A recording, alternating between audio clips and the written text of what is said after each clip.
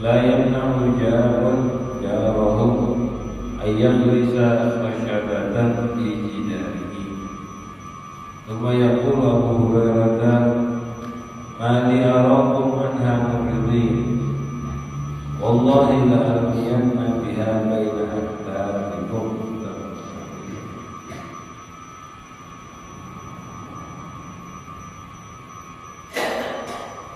Alhamdulillah wa syukurillah alhamdulillah kepada Allah Subhanahu wa taala segala nikmatnya.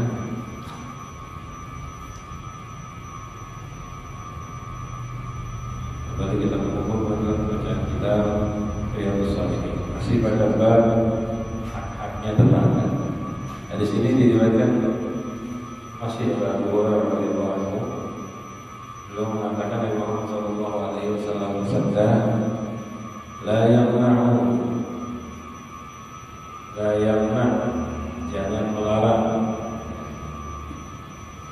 La yamna' jangan melarang jarum tetangga jauh kepada tetangganya. Artinya kita dilarang melarang tetangga kita. Ayat bisa khashabatan, dilarang untuk menanamkan atau memasukkan kayu fi jidarihi pada dindingnya.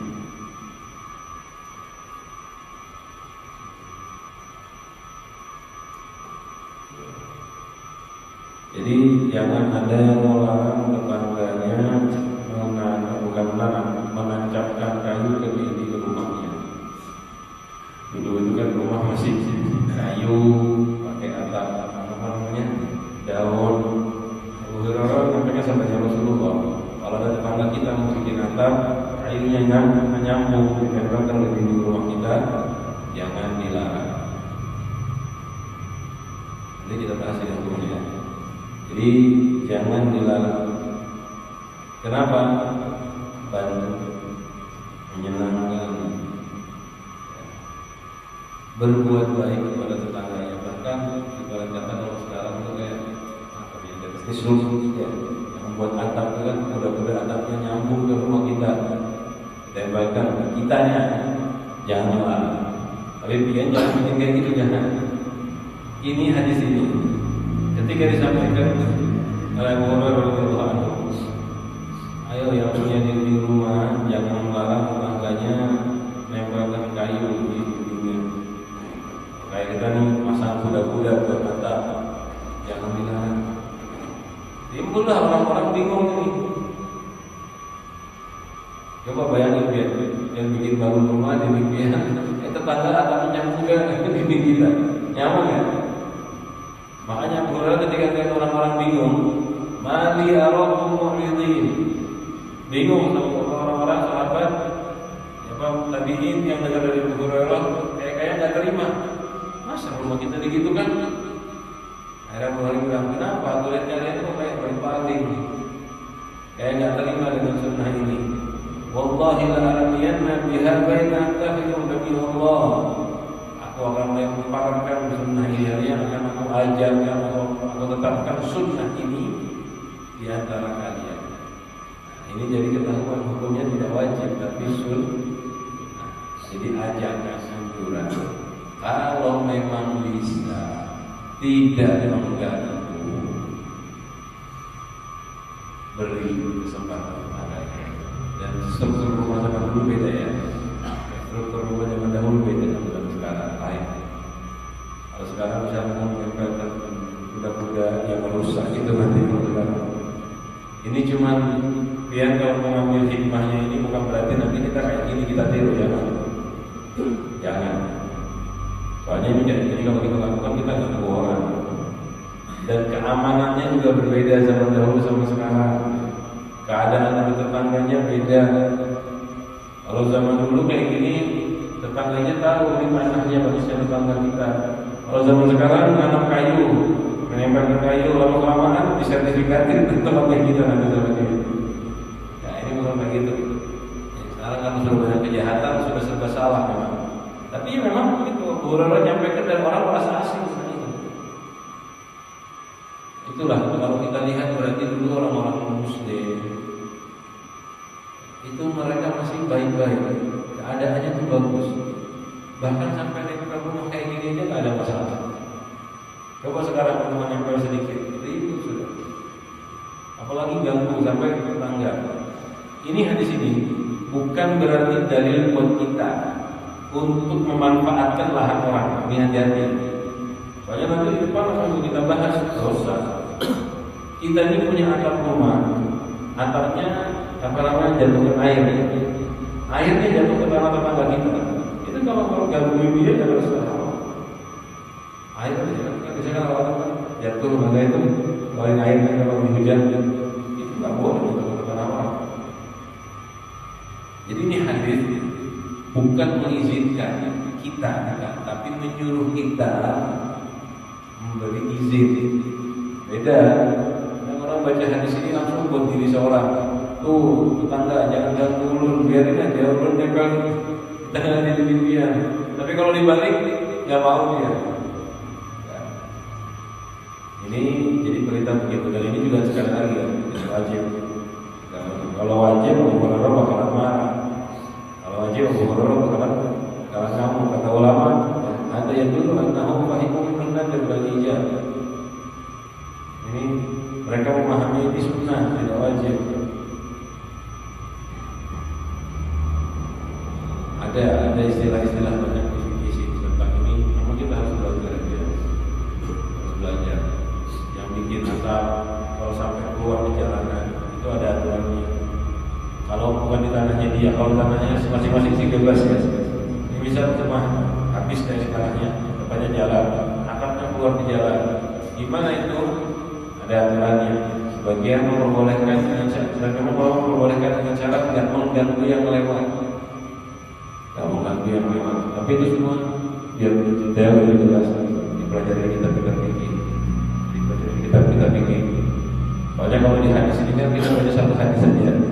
Padahal hadis itu macam-macam tentang masalah menempelkan sesuatu di dinding orang dan sebagainya ada banyak hadis. Jadi kalau dipikir nyamannya udah dicerna sama ulama, kita tinggal baca aja selesai.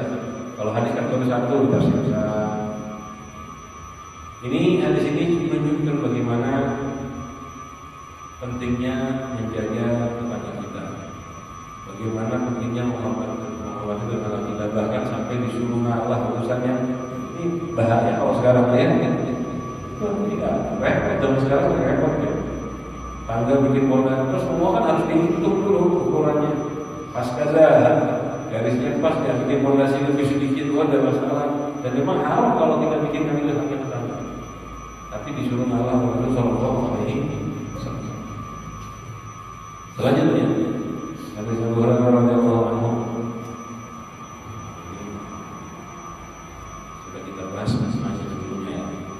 Man kana yu'minu billahi wal yawmil akhir fala yu'li jarahu. Man kana yu'minu billahi wal yawmil akhir falyukrim dhayfahu. Man kana yu'minu billahi wal yawmil akhir falyakul khairan aw liyasmut.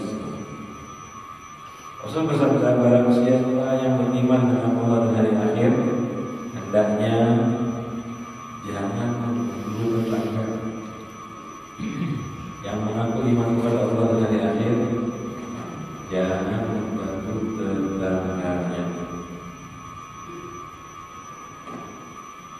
Jadi kalau membantu tetangganya, pengakuan imannya palsu, sempurna iman dia.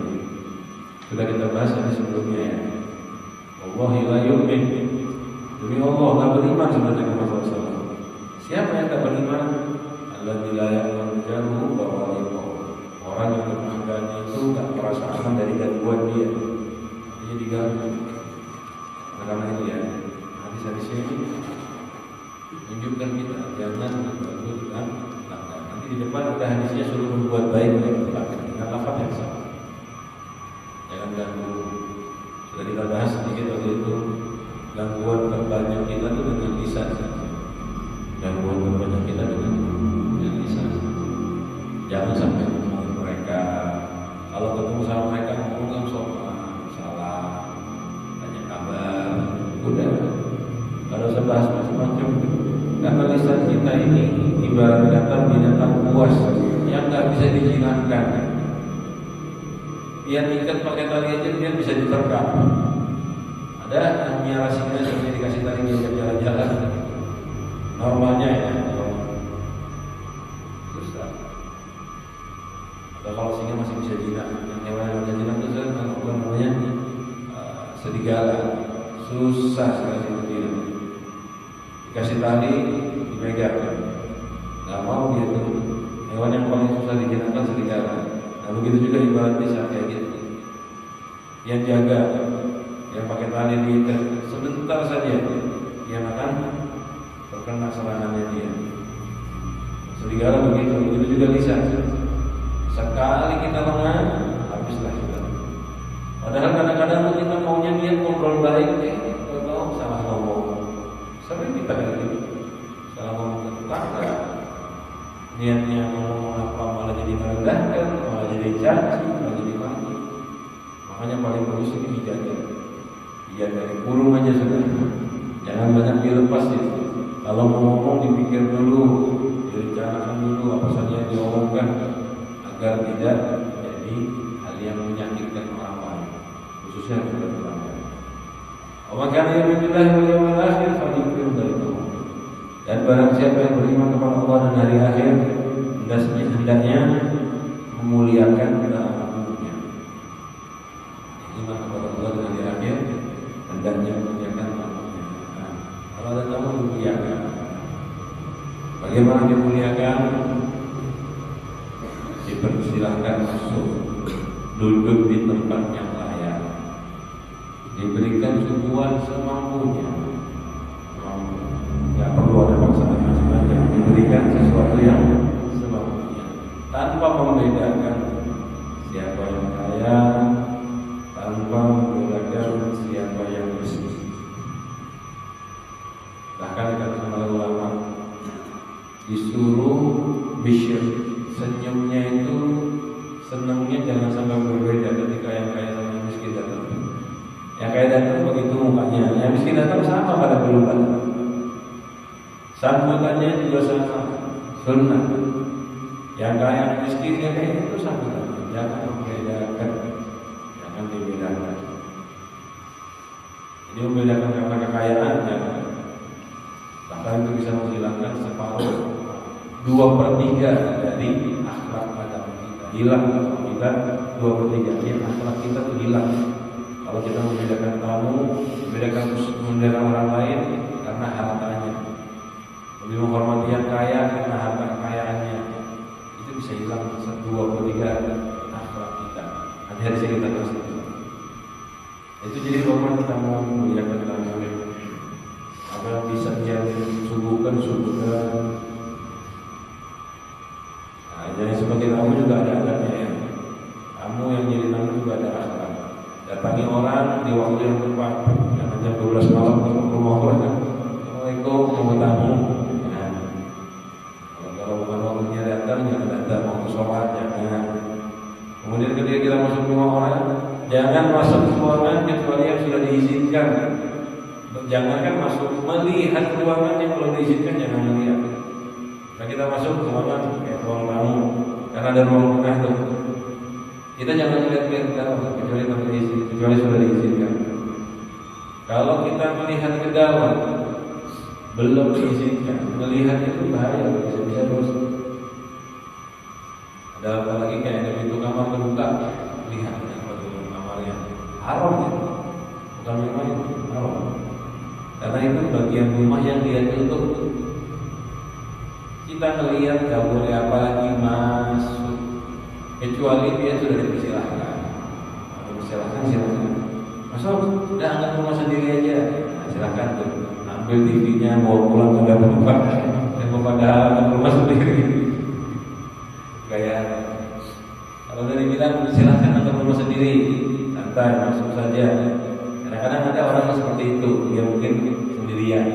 Kayak contoh yang punya rumah laki-laki, kita datang laki-laki, seorangan dia di rumah, kita santai aja, bebas saja dia di rumah, karena nggak ada orang lain. Nah, masuk nggak apa-apa. Tapi kalau ada orang ngomong kayak gitu, anggap rumah sendiri. Tapi dia ada bini di dalam di belakang, itu omongan itu bukan berarti biar bebas masuk, karena ada orang yang tidak mahram sama kita. Itu cuma penghormatan, kalimat biar kita nyaman. duduk aja tetap di ruangan itu. Jangan lihat-lihat ke tempat yang lain. Dosa ya.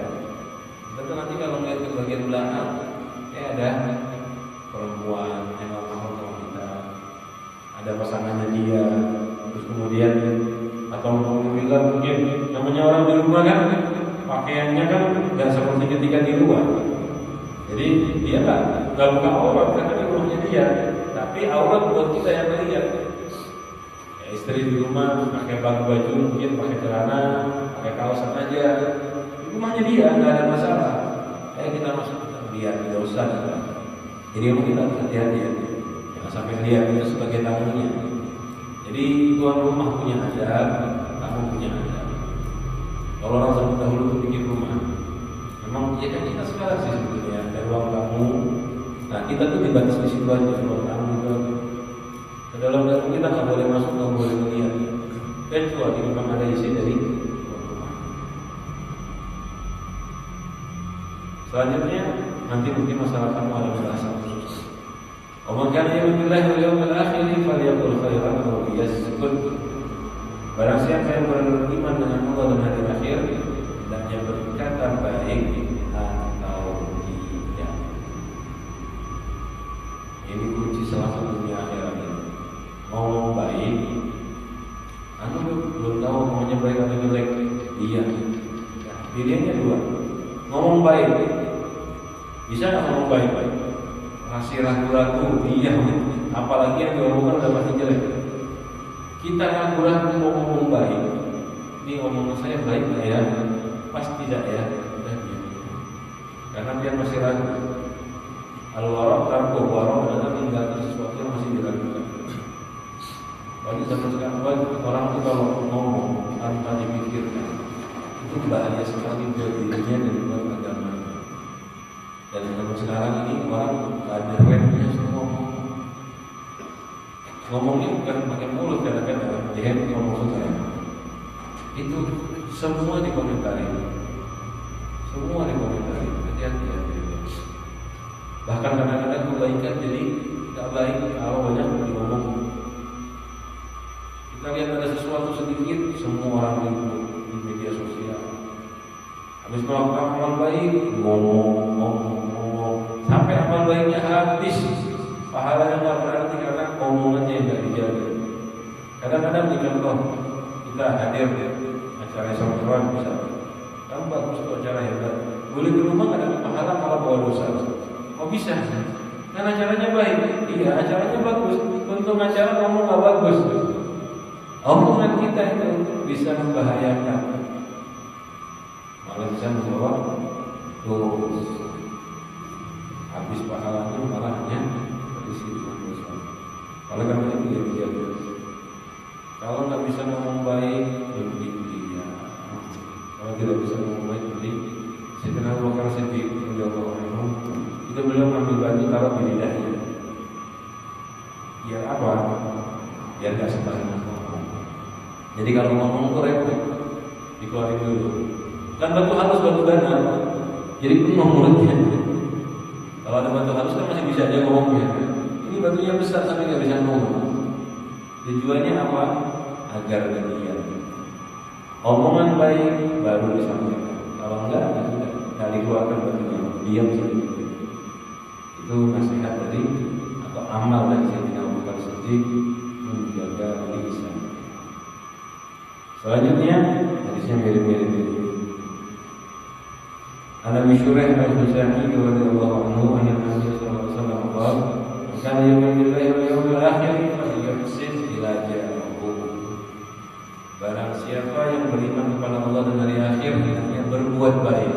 Kalau riwayat tadi jangan ganggu tetangga, riwayat ini hendaknya berbuat baik kepada tetangga. Kana yu'minu billahi wal yawmil akhir falyukrim dhaifahu, ini sama. Iman kepada Allah dan hari akhir hendaknya muliakan tamunya. Wa man kana yu'minu billahi wal yawmil akhir falyaqul khairan aw liyasmut.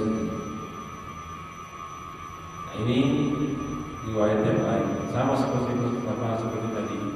Cuma di sini bedanya yang iman kepada Allah dan hari akhir hendaknya berbuat baik kepada tetangga.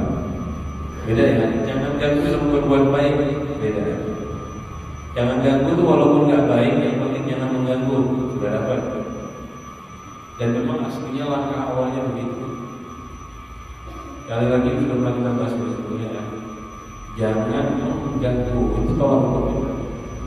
Gak apa-apa biar belum bisa ngasih hadiah belanja uang, makanan dan sebagainya, gak apa-apa. Asal jangan pernah mengganggu sekecil apapun. Jangan sampai mengganggu sekecil apa. Gak apa-apa, kita memang gak bisa ngasih apa-apa, belum bisa berbuat baik. Paling jangan senyum, jangan diribain, ya itu udah berbuat baik. Jangan diribah, itu berbuat baik sudah. Bahkan kita sulit menemukan orang di akhir zaman macam kita sekarang enggak menggibain orang lain, susah. Kalau kita temukan orang kayak gini, udah dia orang baik berarti. Dia punya kawan seumur hidup satu kali pun enggak pernah menggibain dia. Itu kawan terbaik, walaupun enggak pernah memberi apa-apa juga. Punya tetangga enggak pernah nyakitin kita dengan omongannya. Udah itu tetangga paling baik. Walaupun enggak pernah memberi hadiah, enggak pernah ngasih bantuan, yang penting tidak ganggu. Namanya pernah perhatikan, sering kadang-kadang dibahas tinggal di kota besar, yang di perumahan, kota besar, kota ini kurang sosial sama tetangganya. Perhatikan. Dan memang benar di bagian di beberapa tempat, bahkan di luar negeri itu, kadang tetangga anak lagi itu kadang-kadang jalan kau urus kayak gitu. Ya bagus kan? Kalau kita ngeliatnya kan kadang baik. Kalau kayak kita nyaman kan tetangga kenal, bisa nolong, bisa bantu, betul. Nolong bantunya bagus. Tapi kadang-kadang lebih baik kayak itu kan mau kenal sama sekali. Daripada kenal tapi gawiannya ganggu terus, gawiannya limbah terus, gawiannya nyakitin. Ketemu tetangga adu mulut, ketemu tetangga asut, ketemu tetangga sukudon. Berpisah dari tetangga, ribah di belakang, ngadu domba profitnya. Kayak gini mending gak usah kenal gitu. Kayak di luar negeri kita cuma tahu namanya aja, di tetangga ulun namanya ini. Ketemu baik, kita aja mereka. Kadang-kadang senyum aja kadang senyum aja enggak, kenapa? Mereka udah hidup masing-masing sibuk dengan gawiannya. Memang jelek. Cuman saya nggak bilang itu jelek, itu bagus, bukan. Itu jelek, tapi lebih bagus, mending daripada akrab tapi nyakitin, kenal tapi tidak menjaga akhlak. Yang bagus tuh kenal dengan akhlak, karena bisa membantu, bisa menolong. Tapi kalau cuma kenal cuek, kayak orang sibuk gitu kan, cuek aja, itu lebih bagus. Memang paling enak bisa masuk tangga untuk akhir zaman, atau kalau belum ketemu orang yang bisa menjalankan adab dengan benar. Jadi kalau ketemu tetangga atau tiba ketemu tetangga atau maksiat, ini minim tuh dia gini aja, yang penting tahu nama, tahu keadaan tetangganya, dia hidupnya susah atau enggak, sehingga kalau susah bisa kita bantu, kita kasih apa sedekah apa. Yang penting dia tahu, walaupun tidak ada banyak urus. Nanti pas ketemu salah, assalamualaikum, waalaikumsalam. Kalau sebenarnya takutnya kalau terlalu dekat, apalagi kalau orangnya nggak baik ya, kalau orangnya nggak baik dekat, akhirnya kita malah nyakitin dia. Kita salah ngomong, dia juga salah ngomong, akhirnya kelahi. Jadi daripada kita baik tapi nyakiti, mendingan kita belum banyak berbuat baik asal tidak nyakiti. Dan kaidahnya kayak gitu kan. Daripada kita banyak memberi tapi nyakiti, mending kita usah memberi asal jangan menyakiti. Itu lebih baik. Ada selanjutnya dari Sayyidatina Aisyah radhiyallahu anha. Beliau menyampaikan, beliau bertanya kepada Rasulullah SAW, ya Rasulullah, inna li jamal. Ya Rasulullah, aku punya tetangga dua. Fa ila ayyihima ahdi. Kepada siapa ya Rasulullah aku kasih tetangga? Aku beri hadiah, aku hormati siapa? Jawabnya Rasulullah, ila aqrabihima minki baban. kepada yang paling dekat dari kamu pintu rumah. Artinya tetangga yang lebih dekat kepada kita, yang posisinya paling dekat kepada kita. Kalau kita punya ini, gambar hadisnya begini, sampai punya sesuatu, punya pemberian dari dia, tapi sedikit. Jangan punya dua tetangga, mau dikasih dua-duanya nggak cukup, cukupnya cuma ngasih satu orang. Maksudnya gitu ya. Mana yang diberi? Yang diberi yang paling dekat, tetangga. Nah kalau cukup ngasih dua, ya bagi dua karena lagi dikasih. Ya. Tapi kalau nggak cukup ini maksudnya. Kalau tidak cukup, siapa yang diberi? Yang paling dekat. Yang paling dekat. Itu nasihatnya dari kita Muhammad SAW. Karena memang tetangga ini yang dilihat posisi rumah. Ya, yang dilihat posisi rumah. Kecuali mungkin ada penduduk lain. Yang di sebelah saya persis ini orangnya kaya. Tetangga saya yang agak jauh itu di sebelah rumah tuh jaraknya 10 meter, 20 meter. Memang agak jauh dari ini, lebih jauh. Tapi dia fakir miskin. Yang kaya kalau dikasih nasi lauk biasa aja, bisa-bisa nggak dimakan. Tapi kalau yang fakir miskin itu mereka tidur nggak kenyang, kelaparan di malam hari. Nah ini ada daerah lain, ada penduduk. Memang betul haknya tetangga yang paling dekat, tapi ini haknya orang kelaparan, orang hajat, kasih dia makan. Karena ini nggak perlu itu, nggak perlu makan. Yang itu perlu, yang hajat dikasih dulu. Nah nanti ada rezeki lain, cukup kasih dua-duanya. Bukan berarti yang kaya nggak dikasih, tapi kita dia jadi kasih. Membawa hadiah itu nambah sayang, nambah mahabbah, ikatan cinta. Cuman kalau lagi kepepet, yang didahulukan memang pertama dari segi ukuran rumah, jarak rumah.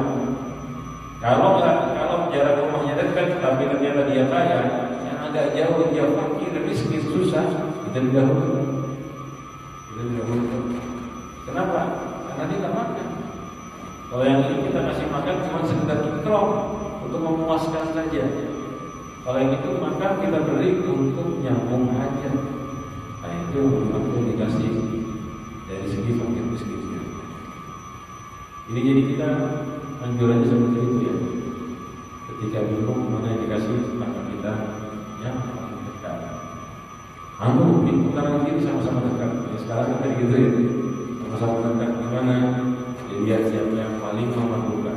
Sama-sama perlu kasih dua-duanya. Gak cukup, ya udah gantian sehari ini. Tinggal gitu aja, gak usah dibikin pusing ya. Ini maksudnya Rasulullah bukan cuma suruh ngasih satu tetangga, bukan. Suruh ngasih satu tetangga, suruh ngasih semuanya. Dan tetangga umum satunya suka maksiat. Yang satu orang soleh. Nah, dilihat ini. Pemberian kita dipakai buat maksiat sebenarnya. Oh ini dipakai, soalnya dia kalau punya tenaga badan sehat langsung ke tempat maksiat, baru jangan dikasih. Nah itu pengecualian. Yang pada dua yang satu dekat, satu agak jauh. Yang dekat ini jauhiannya maksiat terus. Yang dikasih makan yang mana? Yang jauh, yang baik. Kenapa Rasul juga bersabda walayakul maka illa taqiyun, jangan memakan makananmu kecuali orang yang bertakwa. Loh kenapa? Karena kalau kita ngasih orang nggak takwa makanan, kan punya energi dia dengan makanan kita, energi dipakai buat maksiat. Kan kita membantu dia akhirnya. Kalau orang bermaksiat suka maksiat kan begitu. Dia kasih makan kan ada energi. Energinya nimbulkan apa? Nimbulkan tenaga, kekuatan untuk rutinitas dia yang bermaksiat. Nah, kayak gini biar aja lapar, biar rampung sebuah maksiat. Itu pengecualian. Ini hadis jadi memilih mana tetangga yang lebih dahulu. Sekali lagi diulangi tadi ya, yang pintunya paling dekat. Terakhir istiwa Sayyidina Abdullah bin Umar akhir dari bab haknya tetangga. Kalau Rasulullah SAW bersabda,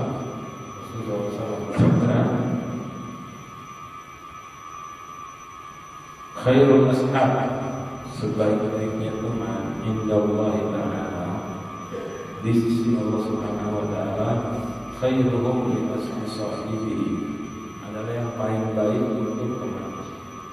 Wa khairul jirani indallah, dan sebaik-baik tetangga di sisi Allah, khairuhum li jarihi, yang paling baik untuk tetangga. Maksudnya gini, sebaik-baik teman di sisi Allah adalah yang paling bagus buat temannya. Artinya ada 2 orang berteman atau 5 orang, 6 orang, siapa di antara mereka yang paling tinggi derajatnya di sisi Allah, yang paling banyak pahala? Ya kita kumpul di majelis ini, kita kawan. Siapa di antara kita yang paling banyak pahala? Siapa di antara kita yang paling tinggi derajatnya? Kita bisa tahu di dunia siapa dalam pertemanan, maksudnya ya. Siapa yang paling banyak pahala dalam pertemanannya, yang paling tinggi derajat dalam pertemanan? Siapa orang yang paling baik? Ada 10 orang berkawan. Di antara 10 itu siapa yang paling baik dengan kawan-kawannya? Siapa yang dikenal paling bagus akhlaknya, yang nggak pernah ganggu? Oh ini nomor 1, ya udah dia paling baik nomor 1. Oh ini bapak ini, oh ini yang paling baik. Jadi nggak ngelihat apapun juga ya, ngelihatnya adalah kebaikannya dalam pertemanan tersebut. Mau lebih alim, mau lebih bagus nasabnya atau apakah, dalam pertemanan itu yang paling mulia siapa? Yang paling baik dengan tetangga, dengan teman. Begitu juga sama tetangga. Sebaik-baik tetangga di dalam bertetangga di kaum lain, di kamu, siapa yang paling baik di dalam tetangga? Yang paling bagus untuk tetangganya, yang paling baik, yang tak pernah ganggu, yang tak pernah nyakiti, yang selalu memberikan kebaikan. Itu dia tetangga yang paling banyak dapat pahala, tetangga yang paling tinggi derajatnya di sisi Allah Subhanahu. Ini kelihatan di dunia saja, kelihatan siapa di antara kita yang paling bagus di kampung. Bukan derajat secara menyeluruh, bukan. Dalam ikatan sosial tetangga kita. Siapa yang paling dapat banyak pahala dan siapa yang paling tinggi? Orang yang paling bagus untuk tetangganya. Ini dilihat paling bagus bukan karena uang, bukan, tapi karena seluruh akhlak dilihat, yang nggak pernah ganggu, nggak pernah menyakiti dan sebagainya. Itu dia yang paling mulia. Dan ini nggak perlu ya. Kadang ada orang katanya ulama penceramah, katanya penceramah, tapi nggak bagus sama tetangganya ada. Ada orang katanya kaya, baik sama tetangganya pelit, ada. Dan seterusnya ada. Tapi kita jangan sampai menuntut mereka berbuat baik ya. Memang orang begitu, nggak semuanya bisa bagus. Dan termasuk tetangga yang nggak baik ini. Dari dulu kan sering dibahas ya. Yang kaya kadang mau berbagi jelek atau bagus. Tetangga kaya tapi kadang mau berbagi jelek kan? Jelek kan? Tapi kita jangan salah. Ada tetangga kaya yang mau berbagi pelit, tidak bagus. Ada tetangga yang kurang mampu minta-minta, itu nggak bagus juga. Menganggap mewajibkan tetangganya harus nolong dia, nggak boleh. Itu juga termasuk kurang sopan. Itu juga termasuk kurang baik kepada tetangga. Kita tuh mungkin melihat orang kayaknya rumahnya bantal misalnya, tapi belum tentu dia punya sesuatu untuk diberikan. Belum tentu. Kita di sifatnya manusia gini, sekali ditolong hadiah. Akhirnya kalau tetangganya nggak nolong lagi, langsung dibahas di belakang. Di sini pelit, di sini berubah. Hadirin, kita di sebagai tetangga, kalau kita punya hajat jangan sampai kita mewajibkan orang lain nolong hajat kita, jangan sampai. Ini nasihat dari para ulama zaman dahulu. Ketahuilah, an-nasu laisa multazimina laka bisyai'in. Kita harus punya pemikiran itu. Orang itu nggak punya kewajiban apapun untuk kita. Dia harus punya tawakal itu. Jangan sampai merasa orang itu punya hak, apa kita punya hak atas orang lain. Orang itu punya kewajiban atas kita. Walaupun mungkin dia punya kewajiban sebetulnya. Kayak anak ke orang tua, ini anak saya, dia punya kewajiban. Tapi kita jangan sampai punya rasa kayak gitu. Tetangga saya, dia punya kewajiban membantu saya. Tapi kita nggak boleh punya rasa begitu. Walaupun benar dia punya kewajiban. Agar apa? agar kita nggak boleh menuntut, agar kita nggak ngantuk. Orang yang merasa dia punya hak, yang lain punya kewajiban, biasanya itu dia bakal menuntut. Kalau nggak dapat tuntutannya, dia bakal ngaku, bakal sembarangan ngomong, bakal menyebar fitnah, ghibah dan sebagainya. Sering terjadi kan kalau ghibah atau tetangga, apa yang digibahin? Dia tuh pinjam duit kalau dikasih, padahal lu perlu duit bisa berapa. Sekarang ada pertanyaan, ada nggak kewajiban dia tuh harus ngasih nafkahnya? Nggak ada. Kita pinjam nggak dikasih ya haknya dia. Dan ketika ada orang pinjam nggak dikasih, bisa pinjam kok nggak dikasih, pinjam kok nggak dikasih, kamu maaf ada. Jangan ribut. Oh, ada duit, padahal kendaraan ada, padahal tinggi ada. Kenapa kada dijual kasih dulu? Ya. Kadang orang ngomong, mohon maaf tidak ada. Bukan berarti dia nggak punya duit, tapi dia punya duit yang diperlukan buat dia. Dikasih ke kita, nanti dia nggak punya hajat, nggak bisa membeli memakai hajatnya dia. Maka kita kalau sudah pinjam jadi sebulan, kembali 10 bulan bilang, sia-sia. Intinya ini, ganggu itu dua ya. Apa nggak baik itu dua. Kalau kita punya kemampuan, kita nggak nolong, itu nggak baik. Atau kita nggak mampu maksa pertolongan, itu juga nggak baik. Jadi perhatikan ya, kita sebagai tetangga, kita mampu nolong tetangga kita, tapi kita nggak mau nolong, berarti kan kita nggak baik. Atau yang kedua, kembali tetangga kita mampu, kita yang kaya, terus kita maksa menuntut sama dia, itu nggak baik. Islam mengajarkan kayak gitu. Ketika kita belajar bab tetangga, berbuat baik, tolong tetangganya, dibantu, itu bukan menyuruh kita minta, maksa dan menuntut hak kepada tetangga kita. Bukan juga kita tuntut, tapi menyuruh kita berbuat baik saja, titik. Kalau kita yang dibeliin gimana? Iya, anggap seperti yang tadi kita bahas, kita tidak punya hak, dia tidak punya kewajiban apa-apa atas kita. Itu yang kita lakukan. Soalnya kadang-kadang begini, kita hak yang orang lain belum dijalankan, tapi kerjanya menuntut kewajiban, menuntut hak dia. Ayo kamu nggak bantu saya, ayo kamu nggak tolong saya. Sekarang pertanyaannya, dia nolong apa? Ada apa? Ya minta. Kita tuh tugasnya nolong orang, jangan minta. Apalagi udah nggak nolong, minta lagi. Nah ini yang nggak baik ya. Sifat macam ini yang disebut dengan sifat syahid. Ini yang dimurkai, dibenci oleh Allah Subhanahu wa Ta'ala. Bahkan tempat-tempat macam ini kebanyakan di nerakanya Allah Subhanahu wa Ta'ala. Nah ini kita pelajari ini, kan sekali lagi sudah kita bahas untuk memperbaiki diri kita. Makanya saya kalau bahas, saya contoh ada tetangga pelit, kita jangan pelit. Terus dibalik, kalau kita dibeliin gimana? Jangan nuntut. Soalnya kita bakal ngantuin itu terus. Kita nih kalau belajar aja salah masih digoda sama setan. Kalau lagi belajar, bikin salah paham, dibikin salah arah, sehingga jangan sampai seperti itu. Tugas kita sebagai tetangga hanya berusaha berbuat baik, berusaha untuk membantu, tapi tidak menuntut orang berbuat baik, tidak memaksa orang suruh baik, tidak memaksa orang memberikan apa-apa. Ada beberapa perkataan ulama untuk tetangga. Salah satunya yang paling bagus begini ringkasnya. Ringkasan dari berbuat baik kepada tetangga. Satu pertama, jangan mengganggu. Yang kedua, tahammulul adab, tahan diganggu, sabar dan digangguan. Di dalam bertetangga kita, satu, kita jangan ganggu.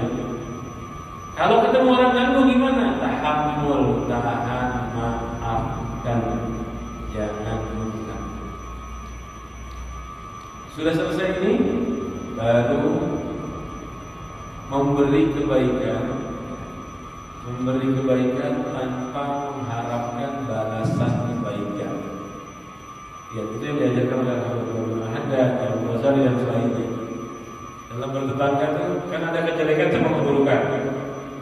Untuk kejelekan kita jangan bikin jelek dan suruh tahan kalau dia bikin jelek.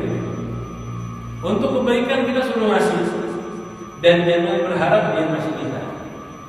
Kalau kita bisa melakukan ini, kita kita bakal sukses. Ini bukan urusan tetangga saja, segala urusan. Kita nggak usah sibuk, ulun udah baik, sini kok masih kada baik sama ulunnya. Kita baik bukan karena dia mau berbalas budi, tapi karena ini saya dapat pahala dari Allah. Kalau kita berbuat baik, biar dia balas, kita nggak ikhlas namanya. Bisa-bisa nggak ada pahala. Jangankan kepada orang lain. Ulun udah mendidik anak ulun, udah ulun biayai sampai hidup sampai dewasa. Setelah dewasa anak ulun nggak ada bakti sama ulun. Ulun kesel sama anak ulun. Kesel yang dia itu menuntut berarti bisa-bisa pahala kita hilang karena kita nggak ikhlas dalam merawat mereka, apalagi sama orang lain. Pokoknya kita di dunia itu bertugas jangan ngeluh, lalu tahan dan buat, beri dan jangan menuntut. Kalau ini kita bisa kerjakan ini, yang amalkan ini dalam segala kehidupan di kantor, di rumah, tamu dan sebagainya. Udah, insya Allah ini kunci utama jadi wali. Ini lebih gampang daripada dia ngaji Al-Quran 3 hari hatam. Karena lebih gampang, lebih sulit Pak. Lebih sulit. Dia ngaji Al-Quran sehari hatam, tiap hari hatam Al-Quran sekali. Mungkin perlu sekitar 10 jam. Itu lebih gampang daripada tadi memberi tidak berharap, tidak mengganggu, sabar diganggu. Wah, ini lebih sulit ini. Lebih sulit. Mudah-mudahan bisa kita amalkan. Berikan taufik kepada Allah Subhanahu wa taala.